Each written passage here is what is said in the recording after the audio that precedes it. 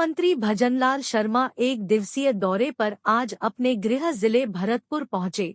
भरतपुर में पहुंचने पर उनका भव्य स्वागत फूल माला एवं साफा पहनाकर किया गया। वे सड़क मार्ग से जयपुर से होते हुए भरतपुर के लिए रवाना हुए। दौसा, महुआ, भरतपुर एवं अन्य जगहों पर उनका पार्टी कार्यकर्ताओं द्वारा भव्य स्वागत किया गया एवं उन्होंने एक चाय की दुकान पर अपने हाथ से चाय बनाकर भी पी। भरतपुर पहुंचने पर उन्होंने अपने माता पिता का आशीर्वाद लेकर अपने इष्ट देव गिरिराज महाराज के दर्शन कर अपने प्रदेश एवं देश के लिए सुख समृद्धि की कामना की। पुछरी के लोठा पर उन्होंने विशेष पूजा की एवं गिरिराज महाराज की परिक्रमा लगाई। फिर वे गोवर्धन से जयपुर के लिए रवाना हुए।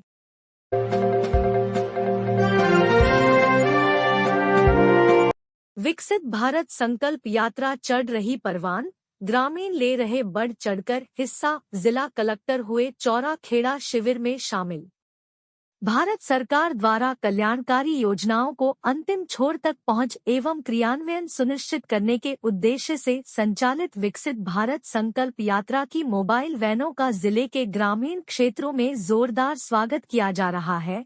शिविरों में लोगों के हुजूम को देखकर पता चलता है कि यात्रा के लिए ग्रामीणों में उत्साह परवान चढ़ रहा है। विकसित भारत संकल्प यात्रा के तीसरे दिन गारंटी वाली गाड़ी ने मंगलवार को धौलपुर ब्लॉक की नकटपुरा और बसई सामंता, बाड़ी ब्लॉक की रुधेरा और बरपुरा, बसेड़ी ब्लॉक की ममोधन और रतनपुर, सैंपौ ब्लॉक की ग्राम गढ़ी चटोला और चौरा खेड़ा में पहुंचकर भारत सरकार की फ्लैगशिप योजनाओं के प्रति जन जागरूकता की और वंचित पात्रों को योजनाओं से जोड़ने के लिए जागरूक किया। शिविरों में मोबाइल वैन के पहुंचने पर संबंधित ग्राम पंचायतों में जन प्रतिनिधियों, स्वागत समिति के सदस्यों, कर्मचारियों, अधिकारियों एवं लाभार्थियों द्वारा पूरे जोश एवं उत्साह के साथ भव्य स्वागत किया गया।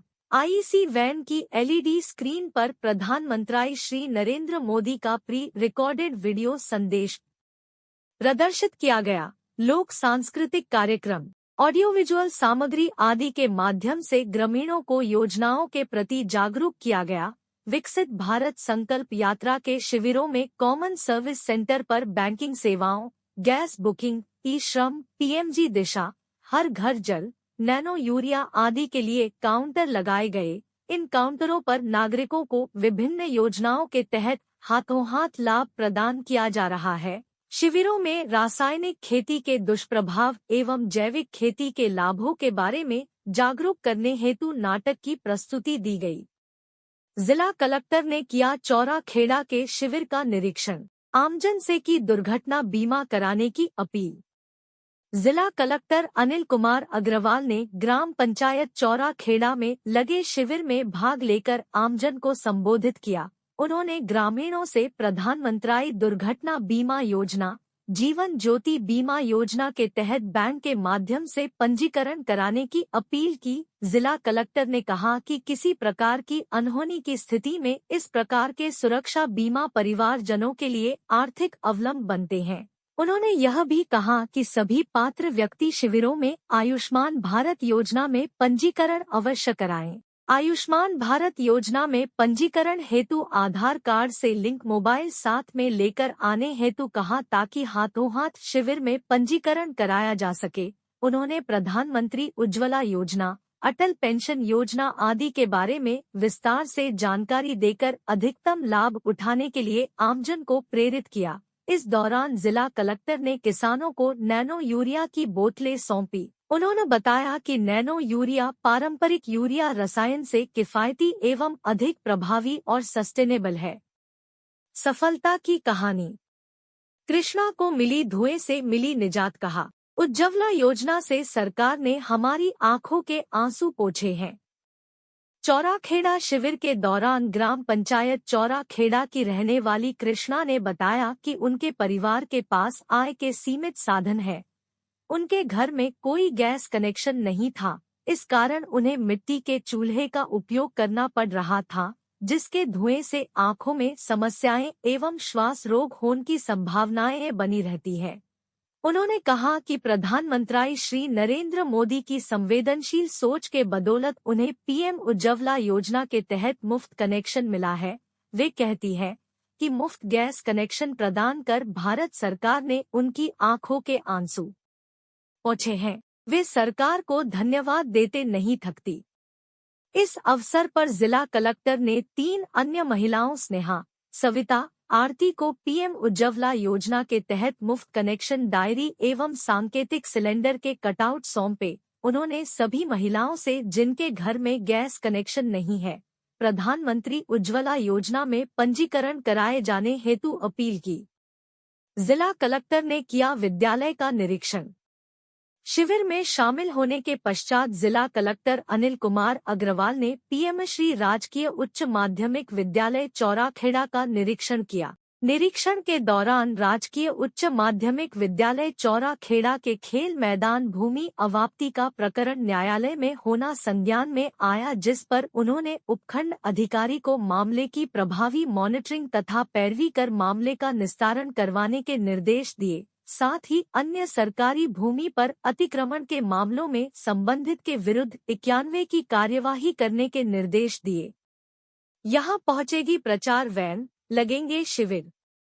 मुख्य कार्यकारी अधिकारी जिला परिषद सुदर्शन सिंह तोमर ने बताया कि 20 दिसंबर को धौलपुर ब्लॉक के ओदी और निनोखर, सैंपो ब्लॉक के भदियाना और कुरैंदा, बसेड़ी ब्लॉक के झील और सलेमपुर, बाड़ी ब्लॉक के कुदिन्ना और सेवरपाली ग्राम पंचायत में प्रचार वाहन पहुंचेगा और जागरूकता गतिविधियां होंगी तथा शिविर लगेंगे।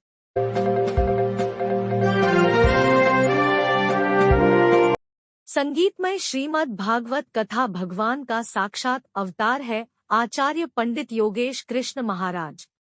संगीतमय श्रीमद् भागवत कथा महिला मित्र मंडली गुरुद्वारा के द्वारा कराई जा रही है।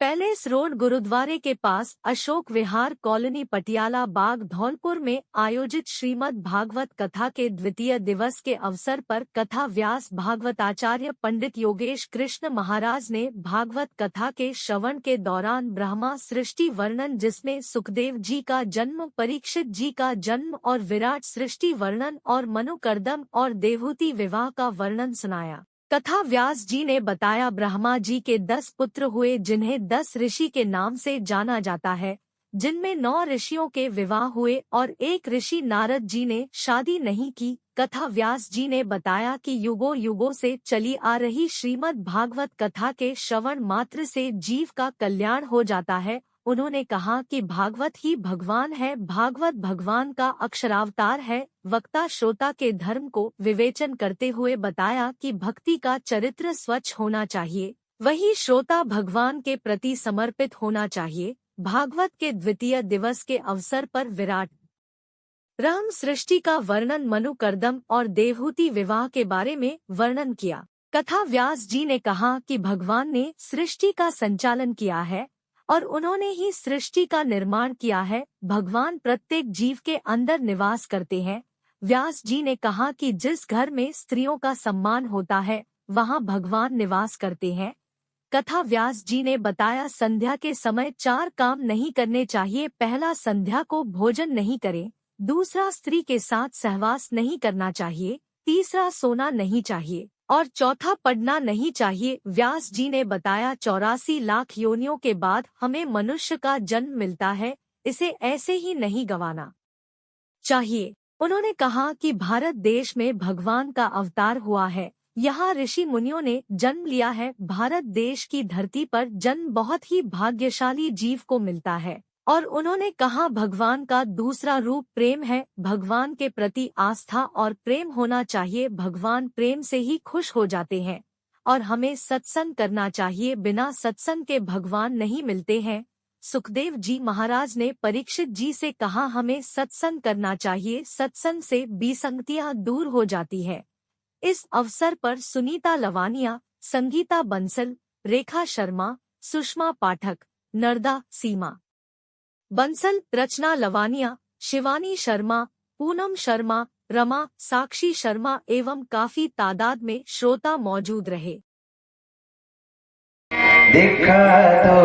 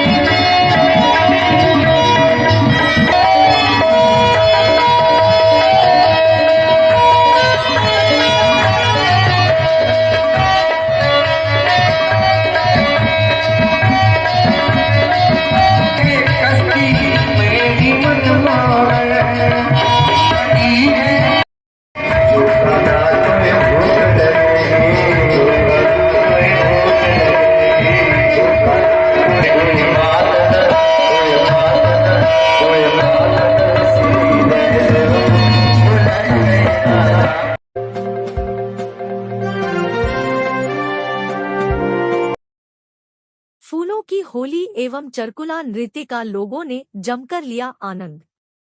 शरद महोत्सव 2023 में चरकुला नृत्य एवं फूलों की होली का आयोजन किया गया। कार्यक्रम में भजनों एवं माता की भेंटों पर जबरदस्त प्रस्तुति दी गई। मुख्य अतिथि नगर परिषद आयुक्त किंगपाल सिंह राजौरिया एवं अध्यक्षता सहायक नगर नियोजन मोहित शर्मा ने की। मुख्य अतिथि किंगपाल सिंह राजौरिया ने कहा कि शरद महोत्सव में चरकुला नृत्य की प्रस्तुति ने राजस्थान के विभिन्न अंचलों का समावेश किया, जिसे युवा पीढ़ी ने समझा। सहायक नगर नियोजन मोहित शर्मा ने कहा कि शरद महोत्सव 2023 में स्थानीय कलाकारों के अलावा बाहर के कलाकारों को भी मौका दिया गया है, जिससे वे अपनी प्रतिभा का प्रदर्शन कर सकें।